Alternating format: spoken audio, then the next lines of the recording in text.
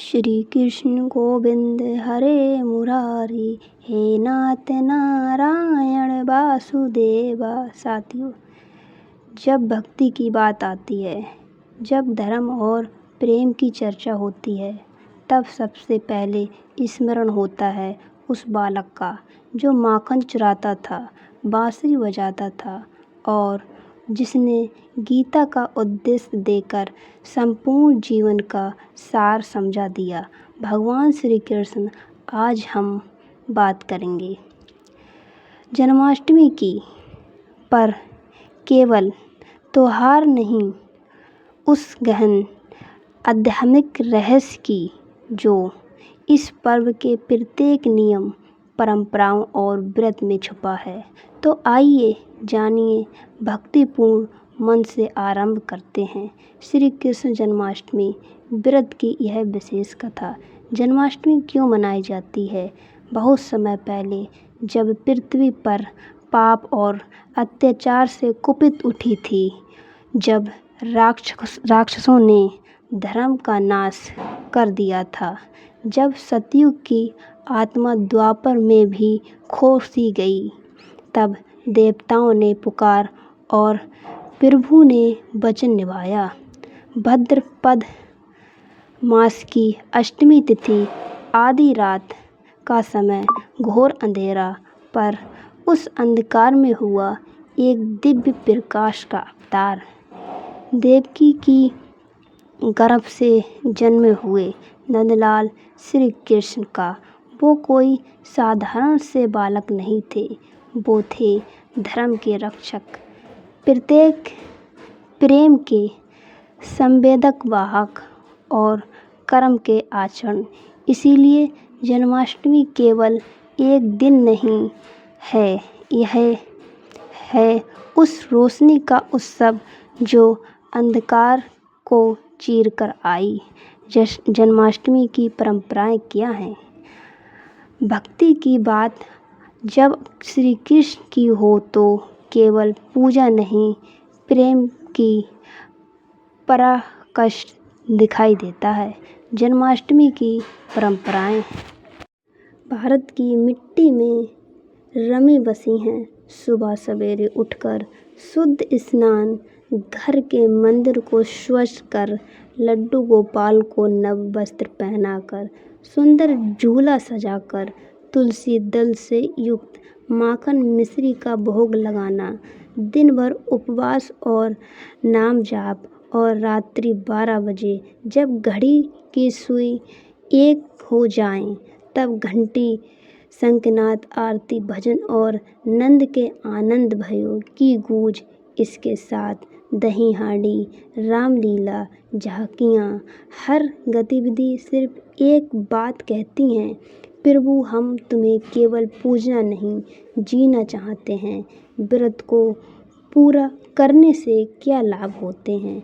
व्रत केवल भूखा रहना नहीं, यह है संयम का व्रत, शुद्ध का व्रत, प्रभु के एकत्र का व्रत।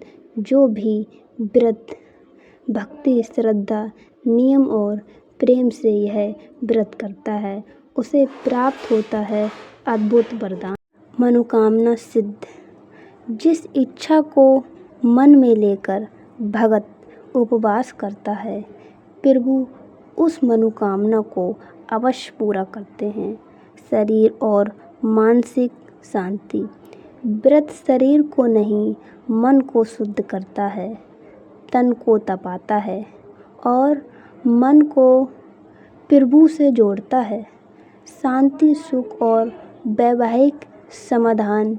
जिस परिवार में संतान की कामना है या विवाह में बाधा है, वो इस व्रत से कृपा पाते हैं। धन, वैभव और सुख शांति। श्री कृष्ण को लक्ष्मीपति कहा गया है।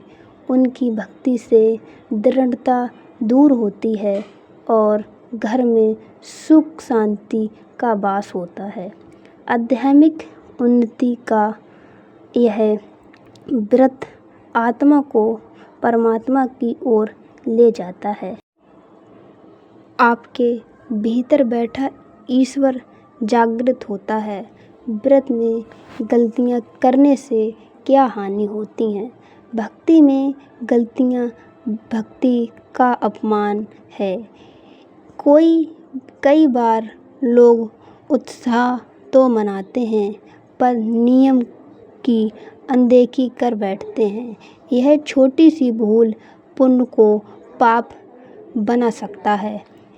रात को सो जाना, यह रात्रि है जागने की, क्योंकि भगवान श्री कृष्ण का जन्म इस समय हुआ था। जो जागता है वो जन्म के साक्षी माने जाते हैं। तुलसी के बिना भोग, तुलसी श्री कृष्ण को प्राण से प्रिय है। उनके बिना भोग अधूरा, भक्ति अधूरी रहती है। तमस्सी भोजन, प्याज लहसुन मांस मदिरा, इस दिन इसका सेवन नहीं, स्मरण भी वर्जित है।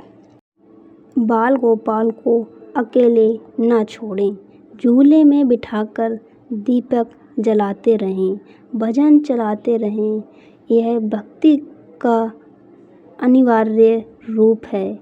क्रोध, झूठ और अपशब्द।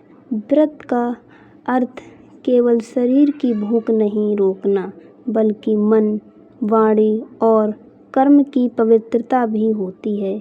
यदि इन बातों की अनदेखी की जाए तो व्रत निष्फल हो सकता है। व्रत का पारण कब और कैसे करें? जब रात्रि का जागरण पूर्ण हो जाए, जब श्री कृष्ण को जन्मोत्सव हर साल से मना लिया जाए, तो अगली सुबह पंचाल देखकर जब अष्टमी और रोहिणी का प्रभाव समाप्त हो जाए, तब करें व्रत खोलें।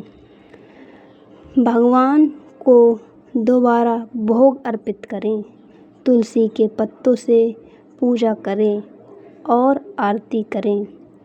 फिर सभी में प्रसाद वितरण करें। उसके बाद स्वयं फलाहार या भोजन करें। पारण का सही समय न जानना शास्त्रों में व्रत के दोष की श्रेणी में आता है।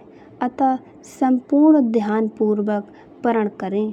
प्रिय भक्तों, अगर आपको यह संपूर्ण कथा अच्छी लगी हो तो यदि आपने इसमें भक्ति की गहराई, नियम का सारा और श्री कृष्ण की कृपा का स्पष्ट महसूस किया हो तो इस वीडियो को लाइक करें, कमेंट में जय श्री कृष्ण लिखें और हमारे चैनल को सब्सक्राइब करना ना भूलें। बेल आइकन दबाएं ताकि हर बार जब नई भक्ति भरी वीडियो आए आपको एक प्रेम भरी पंक्ति। जिसके पास श्री कृष्ण हैं उसे और क्या चाहिए, और जिसके पास कृष्ण नहीं हैं उसे क्या मिलेगा। जय श्री कृष्ण, राधे राधे। दोस्तों, जन्माष्टमी की हार्दिक शुभकामनाएं। ऐसा ही अपना सपोर्ट बनाए रखें।